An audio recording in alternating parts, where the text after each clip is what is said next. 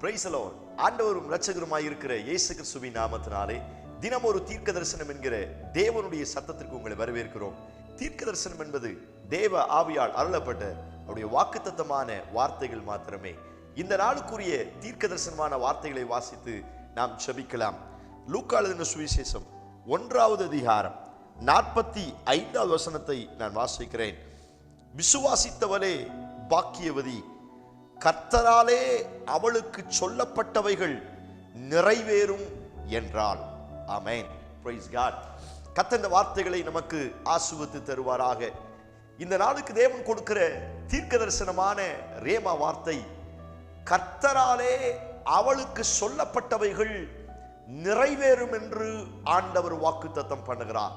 இந்த சத்தத்தை கேட்கிற நீங்கள் யாராய் இருந்தாலும் இன்றைக்கு கர்த்தர் உங்களுக்கு கொடுக்கிற தீர்க்க தரிசனமான ரேமா வார்த்தை, நான் சொன்ன காரியம் உங்கள் வாழ்க்கையில் நிச்சயம் நிறைவேறும் என்று கர்த்தர் வாக்குத்தத்தம் பண்ணுகிறார். எத்தனை பேர் ஆமென் சொல்றீங்க? ஆமென் சொல்லி ரிசீவ் பண்ணுங்க. இந்த வார்த்தை உங்களுக்கானது. இந்த வார்த்தை உங்கள் குடும்பத்திற்கானது. ஆண்டவர் உங்களை பார்த்து சொல்லுகிறார், நான் உனக்கு சொல்லப்பட்ட அத்துணை வார்த்தைகளும் நிச்சயம் நிறைவேறும் என்று ஆண்டவர் வாக்குத்தத்தம் பண்ணுகிறார். நீங்களும் நானும் ஆராதிக்கிற நம்முடைய ஆண்டவர் வாக்குத்தத்தம் தருகிற கர்த்தர். எப்பொழுதெல்லாம் அவரை நோக்கி வருகிறோமோ, எப்பொழுதெல்லாம் தாழ்மைப்படும் பொழுது, எப்பொழுதெல்லாம் தள்ளப்படுகிறோமோ, அப்பொழுதெல்லாம் கர்த்தர் நமக்கு புதிய வாக்குத்தத்தங்களை கொடுக்கிறார். புதிய நல்ல தீர்க்க தரிசனமான நடக்க போகிற உயிருள்ள ஜீவனுள்ள வார்த்தைகளை தருகிறார். அந்த வார்த்தைகள் ஏதோ வாய் பேச்சினால் முடிந்து போவதல்ல. அந்த வார்த்தைகள் இன்றைக்கும் என் வாழ்க்கையில் நிறைவேற வல்லமை உள்ளதாய் இருக்கிறது. இங்கே எலிசபெத் மரியாளை ஆசீர்வதிக்கிறதான நல்ல வார்த்தை. Praise God. மரியாளை ஆசீர்வதிக்கும் பொழுது அவள் இப்படி சொல்லி ஆசீர்வதிக்கிறாள், நீ பாக்கியவதி, கர்த்தரால் உனக்கு சொல்லப்பட்டவைகள் நிறைவேறும். Praise God. ஏன்னா இவளுக்கு அப்பதான் கொஞ்சம் சந்தேகம் வந்திருக்கும். இந்த எலிசபெத்தை பார்ப்பதற்கு முன்பதாக இவள் அங்கே இருக்கும் பொழுது தேவதூதன் வந்து சொல்லுவான், நீ ஒரு குமாரனை பெறுவாய் அப்படின்னு சொன்ன உடனே இவளுக்கு பல டவுட் வரும். இவள் தேவதூதனை பார்த்து கேள்வி கேட்பாள், நான் புருஷனை அறியனே, இது எப்படி நடக்கும்? தேவதூதனை பார்த்து கேள்வி கேட்பா. அதற்கப்புறம் தான் எலிசபெத்தை பார்ப்பதற்கு அங்கே வருகிறார். எலிசபெத்தை வந்து வாழ்த்திட உடனே எலிசபெத் ஆவியினால் நிரப்பப்பட்டு தீர்க்க தரிசனம் பேச ஆரம்பிக்கிறார்.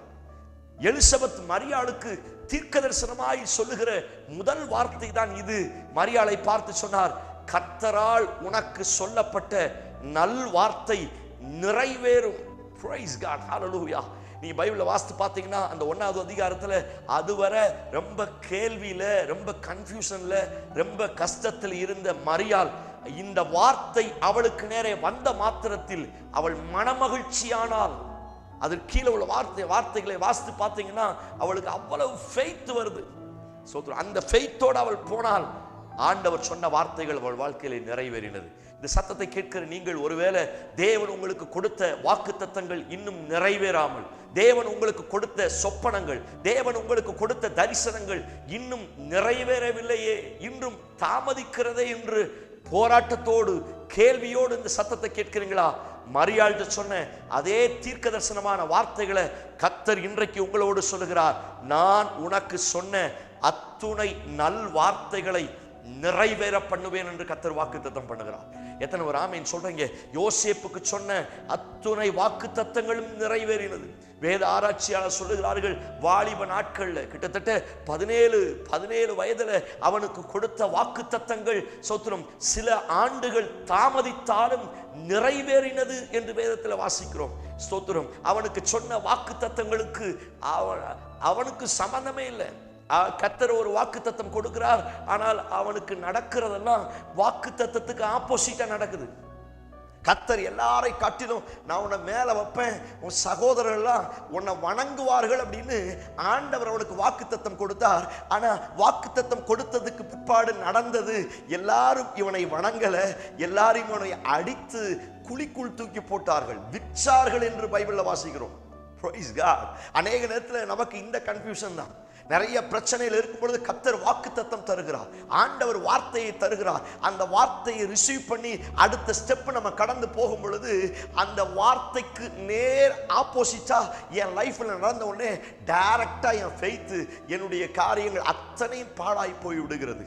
ஒருவேளை இந்த சத்தத்தை நீங்கள் இப்படிப்பட்ட நிலைமையோட கேட்டீங்கன்னா, இந்த வார்த்தை ஆண்டவர் உங்களுக்கு வாக்குத்தத்தம் பண்ணுகிறார். குறித்த காலத்திற்கு தரிசனம் வைக்கப்பட்டிருக்கிறது, நிச்சயம் நிறைவேறும், அது தாமதித்தாலும் அது வரும் என்று கர்த்தர் வாக்குத்தத்தம் பண்ணுகிறார். ஆமென் சொல்லி ரிசீவ் பண்ணுங்க. ஹalleluya. ஒருவேளை ஆண்டவர் உங்களுக்கு வாக்குத்தத்தம் கொடுத்தும் அந்த வாக்குத்தத்தத்துக்கு ஆப்போசிட்டா எல்லாம் நடக்குதா, சீக்கிரம் அற்புதத்தை நீங்க பெற போறீங்கன்னு அர்த்தம். ஓ, எத்தனை ஒரு ஆமென் சொல்றீங்க? Praise God. ஹalleluya. ஆண்டவர் கொடுத்த வாக்குத்தத்தங்களுக்கும் இப்ப இருக்கிற சூழ்நிலைக்கும் சம்பந்தமே இல்லையே, வேறொரு ரீதியில போய் கொண்டு இருக்கிற வேதனையோட இந்த சத்தத்தை கேட்கிறீங்களா?